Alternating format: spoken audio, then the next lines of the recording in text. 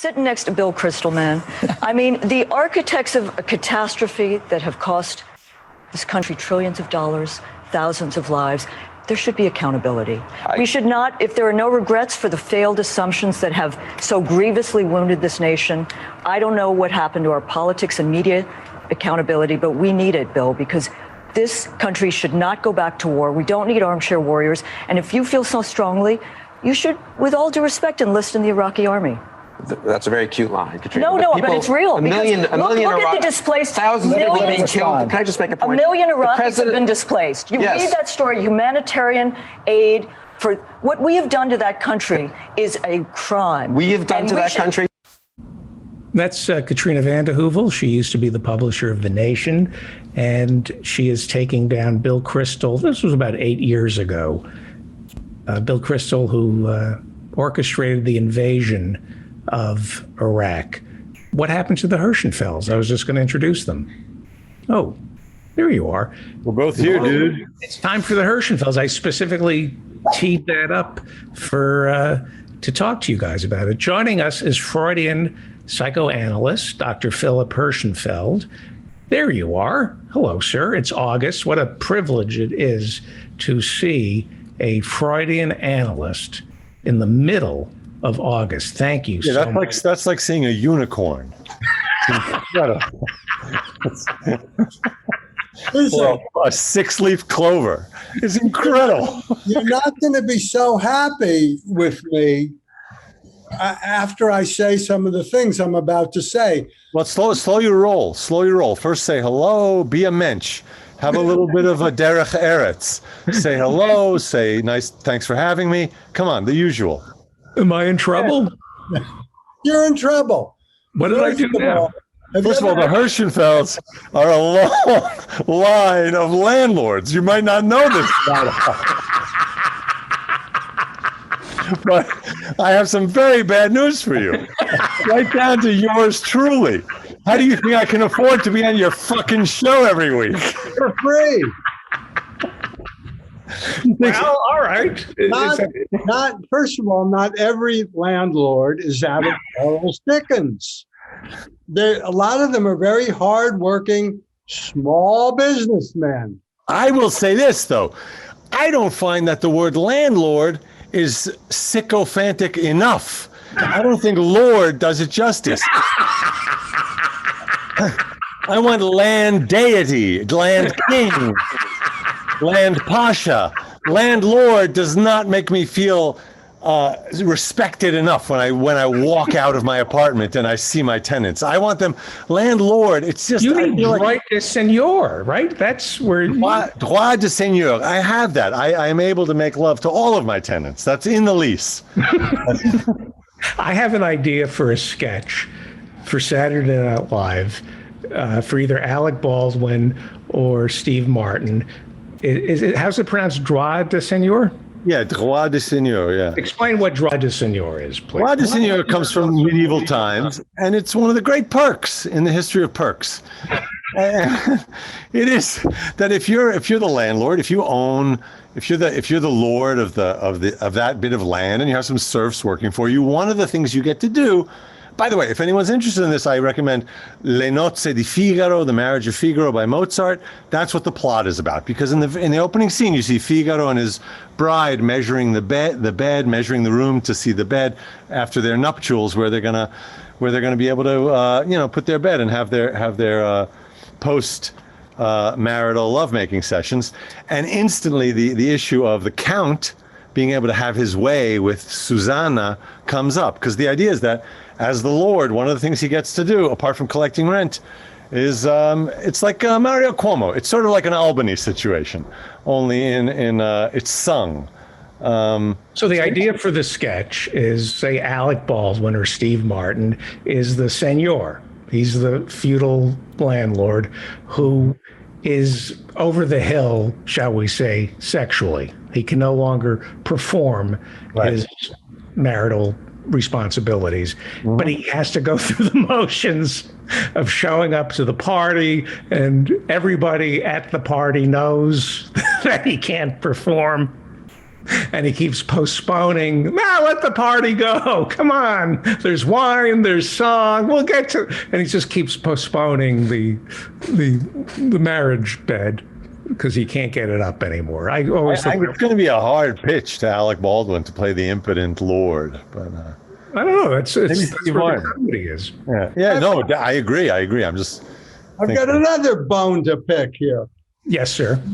Mr. Feldman, have you ever heard of this thing called human nature? You speak of it. Yes, you've spoken of it. So let's say Professor Ben Burgess sells 2 million copies of his book and sells the movie rights to Hollywood. And Gal Gadot stars in the movie as whoever. Burgess. Ben Burgess. What do you think the possibility is that Professor Burgess might buy himself a little chateau on Nantucket even? Yeah, that's what Feldman was saying. I think that's right. Human nature. But the question is, why? What is your beef with? I mean, I get your beef with it, but here's my real question. What alternative are you suggesting? Who's supposed to own the buildings? You're saying the state, right? well, hang on for 1 second. Before we talk about whether or not housing is a human right, if you're Barack Obama and you buy a $12 million estate on Martha's Vineyard, don't you have an obligation to keep it to yourself? That would be classier. Yes, but did he make it public, or did the New York Post and the Inquirer make it public? Who made hay of that story? Well, I think when you invite every billionaire in the world to your home for your 60th birthday party. Is that who he invited? Yes. Oh, okay. Every rapper and actress and actor. Right. So he should have invited more of the working man. That's right. And working woman. I agree. Or throw the party in Chicago where they could use the fertilizer. Right. Instead of just saving that rhetoric for campaigns. Like I agree. Okay. I agree. Now, let me ask you, Dr. Hirschenfeld. Which one? Again, I don't begrudge you being a landlord. Yeah, he's not, but his mother was and his son is. My grandmother. Your grandmother. His mother and his sons. And This show is lousy with landlords. It's fucking hard work. You know what the family joke is? Whenever you called Grandma, I say, Grandma, what are you doing? She'd say, I'm waiting for the plumber. Her whole life waiting for the plumber. Yes. Now, that's my problem. Yeah. Being a plumber is real work. Waiting for the plumber is kind of existential dread. I think Beckett wrote about this. This is no way to live. It's forget what you're doing to the tenants, what you're doing to yourself. You're right. You are right. It is soul deadening. On some level, it is a circle of hell. You're absolutely right. And when you think about like the means of production and productive work, like if you were to compare the value to humanity and to the planet energetically of telling a joke and making people laugh, and then compare that to waiting for the plumber, you're goddamn right. Telling a joke is 5,000 times more important. On the other hand, waiting for the plumber often pays 5,000 times better than making people laugh. It's a sick fact. What do we do with that? Well, let's discuss. Let's. Maybe re-education camps, a cultural revolution. Maybe the two of you wear dunce caps and go through the street and we hurl rocks at you and you beg for forgiveness. And that's a possibility.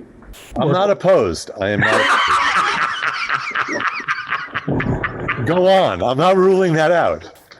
Early in my career, I did a fair amount of work in New York City public housing. Spent a lot of hours there.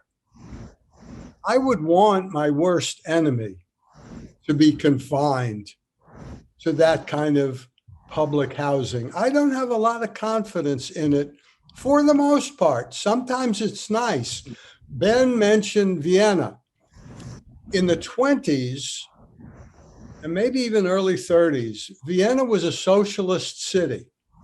They built some of the best public housing in the world, which included education for everybody, schools, theater that everybody could participate in. It was real heaven. And then when the right wing came into power in the early 30s, you know what they did to that public housing? What? Artillery. They what? Artillery. They bombed it with artillery and destroyed it. That sounds like an investment opportunity to me. In the artillery and in the building. I smell a bargain. Yeah. So, yeah. Well, I mean, my grandmother lived in public housing. They were warehousing poor people. And it was like, you know what? Anyway, yes, they didn't do public housing properly. That's the point, David. It's not a question of the idea of public housing being a problem. It's the way it's been executed in New York and in the States. Absolutely. And they've stopped. You know, They did it in the Bronx. I'm sorry? There was a housing project in the Bronx on I think Allerton Avenue, big one, that they called the coops instead of co-ops. And it was like those Vienna houses. It was heaven for everybody who grew up there. They had all sorts of programs for the people in schools, and the children had art and theater, and but it's really rare. Well, why do you think human nature, why do you think we discourage public housing that nurtures the soul? Because we're all greedy. We're all greedy. You mentioned, why are there so many people living on the streets? Well, you and I are responsible for some of it, because there used to be a wonderful system of mental hospitals in this country, where people who needed long-term housing and treatment could go. And we paid for it with our taxes. And then in the 60s, a bunch of politicians came up and said, oh, we can do this a lot cheaper. Let's build community mental health centers, empty the state hospitals, give them all Thorazine, problem solved, cheap. Well, the problem was not solved, and all those people ended up either in jail, which is the main place for housing the mentally ill, or on the streets. And we all benefited from it with lower taxes. And it's also because in the 60s, it's kind of like Britney Spears, the idea that your family could have you locked up for financial reasons. There weren't a lot of people committed because of greed. So a lot in the movies they were. I worked in such hospitals.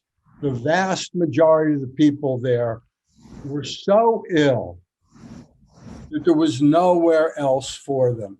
And if you want to see them now, you see them sprawled out on the streets of New York City, begging for a handout. You know, I'm suspicious of anyone whose books are predominantly horizontal on their case.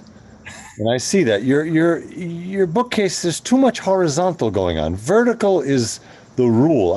What is going on? It's bad for the books if they're horizontal. Oh, there he turned his camera sideways. That was very clever.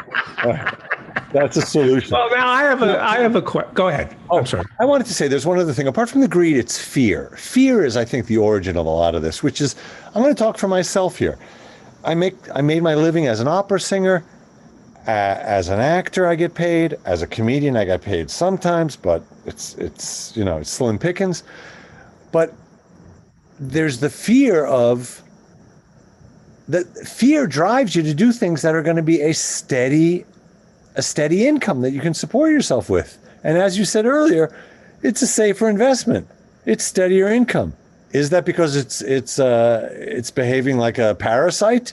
Okay, all right. If that's how you want to describe it, I don't happen to think that that's true, but I'm not going to fight with you about it. But it is fear that drives people to make a lot of the decisions that probably, in the end, aren't great for society. So yeah, it's not just greed. And we can readjust the tax code so that renters get the same breaks that landlords get. I think real work is important. And I don't think clipping coupons, as they used to say, if you were very wealthy, you would, I don't know what it means. I guess you would get a bond sent to you and you would clip the coupon. I don't know what that means, but they used to say about rich people, they just sat clipping coupons. And I used to say, well, why do they need coupons? They're rich. And my father, no, coupons with it's something with a bond that you clip. I don't know, but that's not real work. Clipping or waiting for the plumber. Listen, I don't know what to say. We live in a capitalist country. A lot of people and a lot of the wealth that's created, like in New York especially, comes from Wall Street, and a lot of that work would all fall in under the category that you're describing as not real work. And maybe you're right. And a lot of the lawyers also, they're doing work that maybe you'd say is not real work. They're not creating anything. They're advising people on how to avoid this and how to take advantage of that. And so, I don't know. Do you want to go? I mean, maybe an agrarian society where we're all just growing our own weeds. That's what Pol Pot thought he was going to do, and that didn't work out so. But again, you're arguing against an entire thing based on terrible examples like New York public housing and Pol Pot. That doesn't mean that socialism and public housing are bad ideas. It means that they've been executed very poorly and in cruel ways over time. But I don't disagree with the concept. I'm just I'm hedging my bets. Do you know how many auditions I do to land one job? Right. I landed, it looks like they're asking me about my availability. You know what role it was? I've done dozens of auditions. It's the one I auditioned for yesterday where, you know what the character says? Nothing. He doesn't speak. He gives a very mean look. But apparently my mean look was very convincing to these producers. So you might see me giving a mean look soon to a very big star on a TV series. So, yeah. All right. So David Graeber died. I didn't get to interview him, but he wrote a book called Bullshit Jobs. He came up with Occupy. He gets credited. I remember you talking about that Bullshit Jobs book about a year ago. Yeah, and I never read it, but because I'm full of bullshit. But he says most jobs, high-paying jobs, are bullshit. And people ask me, well, why do you do this podcast? And why do you, sometimes it lasts 8 hours. Why do you do it? And I say, because it's not bullshit. I like being tired physically and mentally after 8 hours. You're absolutely right. I was thinking about that today, that thing of being tired. From work. Really critical. And that is absolutely right. And I am guilty of not getting there enough. When I have a day like yesterday, my show, because that's the gift to my listeners. This being a listener is real work. You feel tired, exploited, exhausted after the end of my shows. That was the thing I loved most about being an opera singer, the look of exhaustion in the audience's face. I really craved the snoring, the nodding off. It was delightful. But like yesterday, I had several auditions, and the auditions now with the self-taping, it requires multiple takes, and then you realize you got to go do this. You got to put the costume back on, go in front of the lights, record it again, crunch the file down to the right note. I mean, it's exhausting. So after a day of that, it does feel good. It feels good to be exhausted from work. I agree. Dr. Hirschenfeld, we've talked about this. We've touched on this. What did Freud say about work? Because this gets down to why I think so many Americans are unhappy. He said, work roots one in reality. And that is true. Which in German is, the way you say it is, Arbeit macht frei. Yes. Oh, wait, no, wait. I got that wrong. Work is freedom. Wait, I might have gotten that wrong, but go on. Do you know somebody stole that from Auschwitz? Yes, they did. Yeah. Who would like now? First of all, That's chutzpah. I once took a stop sign, but wow. it was the stop sign at Auschwitz, and you know how many people's lives you could have saved if you didn't steal that stuff. Yield. Who would steal Arbit Macht Frey? Somebody who wanted it not to be up there. But what's the resale value? Yeah, nothing. Except maybe among Nazis. I learned a lot from the fables I was told as a child. And one of them, maybe it was Hans Christian Andersen, I'm not sure who it was, but it fits right in with this. The prince was living in the castle and he lost interest in eating. And the wise men brought him all sorts of delicacies like nightingale tongues. And he didn't, nothing. He was wasting away. It's sort of a fable also about anorexia. And one day he wanders out of the castle and into the forest and he meets a woodman chopping down a tree. And he says, "What are you doing?" He says, "I'm chopping down trees. Can I help?" "Sure." So he spends 4 hours chopping down trees with the woodsman. And then the woodsman said, "Okay, it's lunchtime." And he takes out a loaf of bread and a hunk of cheese.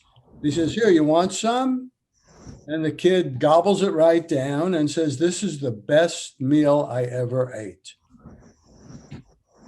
Okay. Right. Advertisement for hard work. And Havarti. Brought to you by the Cheese Council.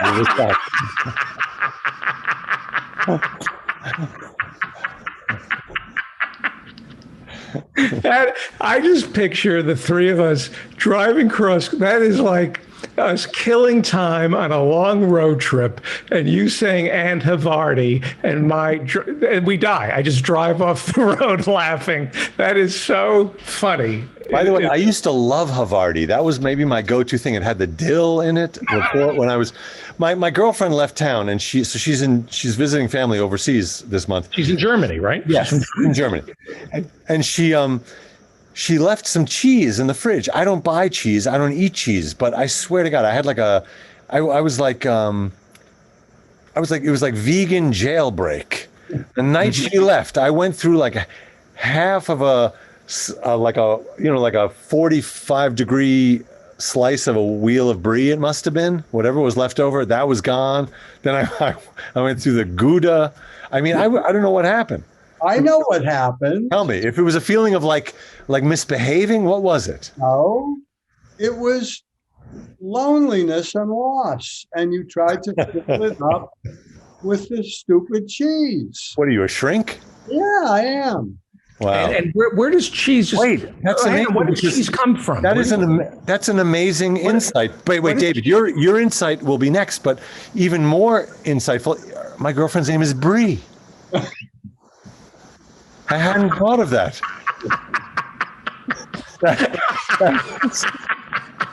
That's incredible. I did not know that. But yes, it comes from milk, which comes from the breast, which comes from mommy. Ah! David, you're right. Wow. And her last name is Gouda. Yeah. That's what's called. What is that called? Things are multi-determined, like multi-determined. What is that? It means in his business, like symptoms have more than one meaning. Like it's not just that her name is Brie; it's also that the milk is of the mommy. So this multi-determinism. Wow. What are you reading? Are you still on your Guy de Maupassant? No, not Guy de Maupassant. Who Proust. He was reading Proust. Yeah. I'm back to reading Murakami. I just want to hang on for 1 second. I want to ask the doctor. Yeah. Are you still committed to only reading Proust? I'm committed to reading Philip Roth's biography. The bad biography. Well, I find it interesting. I was always a huge fan. But it was written by somebody whose work is like Wagner. Okay. Questionable. I'm committed to at least half a dozen books all at the same time, which is why it's pretty slow going. Yeah. I'm doing a Dante at the same time. Lots of different stuff. You know, there is a Japanese word. I don't know the word, but it's the Japanese word for the pile of books next to your bed that you don't read. Yes. Have you heard of this word? No, but I'd love it because Yeah, look it up. It's an actual word. I can't remember the word, but I love that idea because I have that also. And in English, it's called kindling, which is where Kindle comes from. Instead of burning the books, you just store it on a tablet and nobody knows. Both of you are hyper educated. I don't know about that. The two of you are pretty. I'm reading Murakami, though. I'm rereading Murakami. I can't get over this guy. I've read almost all of his stuff, the Japanese fiction writer. It's just incredible because nothing happens a lot of times. It's very like quotidian. He goes into detail about how he made the pasta and then what he ate, and he had a beer. And then weird stuff happens, like supernatural stuff, but then often there's not a resolution. I love it. These stories grind to an end with nothing. There's no resolution. And I guess I love it because it's like life. Are you reading the latest about the Commendatore? No, the robot? What, IQ? No, I'm not reading his latest. No. Oh, okay. Oh, no, I read that one. The Shinagawa Monkey? Yeah. Yeah, I read that one. That's some stories. That's cool also. Yeah, I'm rereading this one about the elephant. The elephant vanishes. There's a great one about a woman who she suddenly has insomnia. So she has all this time on her hands that she didn't have. She remembers that she loved reading, so she stays up all night for 17 nights in a row reading Tolstoy. She's loving it. She doesn't understand how she's able to do it. She no longer has to spend all her time on her son and her husband. And you think, oh my God, this is incredible. She's discovering life again and what brought her joy. And then nothing happens. And then something weird happens. It's amazing and great. I really love him. I love Murakami. How many hours a day, on a good day, do you read? 40. Oh, if you include pleasure, not for work, for pleasure. Well, probably hours if you include me scrolling through the New York Times on my phone. I spend way too much time reading the news. But fiction, maybe 45 minutes to an hour at night. Are you a fast reader? No, unfortunately. I'm slow and methodical, and I have to reread stuff. I feel like I'm a terrible reader for someone who's an English major. It gives me sort of, I don't understand why, but yeah. How about you? Me? Oh, either of you. I want to know about the doctor. I used to be literally 100 pages an hour reader. And I read all of Russian literature as a kid. I read everything that I could get my hands on.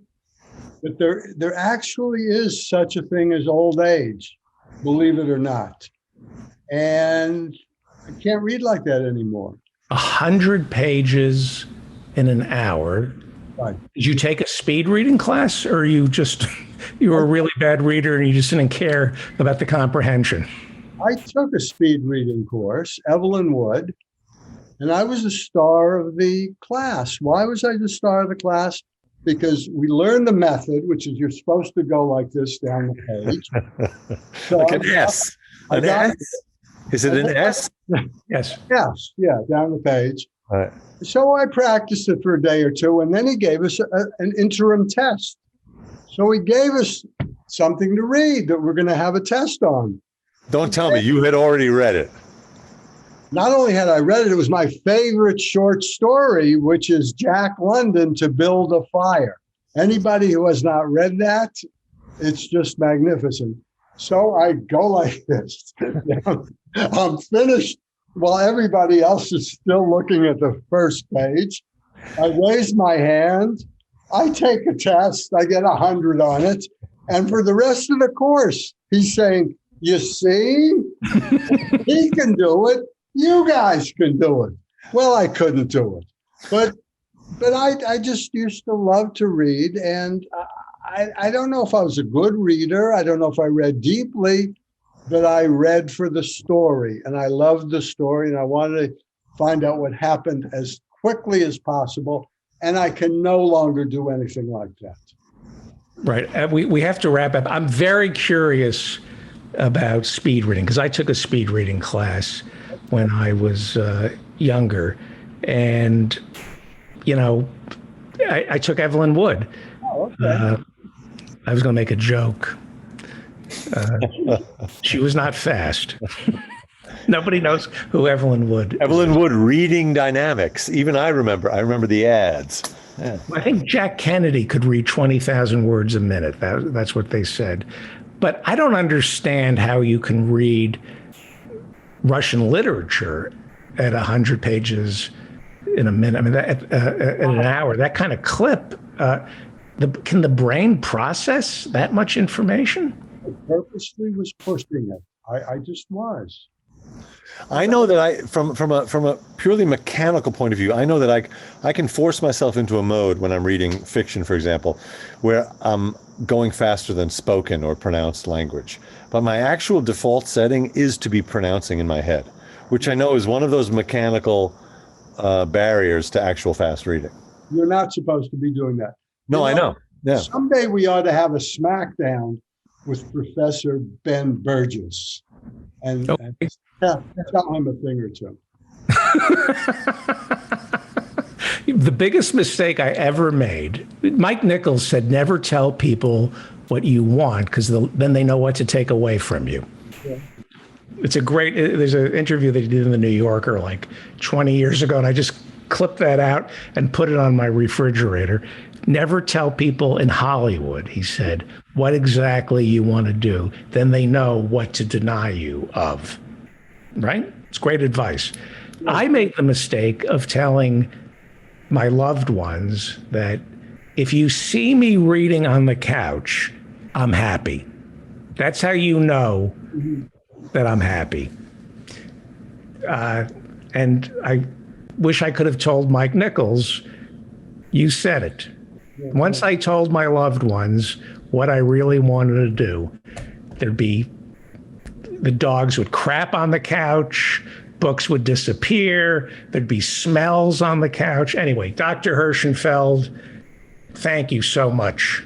And Ethan, thank you so much. Let's plug Thug Thug Jew. Yeah. The album, it's still out there. And what else can I plug? Oh yeah, if you haven't heard that episode, I mentioned that revisionist history podcast, The Little Mermaid, Part 3, King Triton. Right. That's me. It's good to be the king. Right. Yeah. And I'm coming out with an album soon of my best all-time interpretations. Thank you, Hirschenfeld. Okay.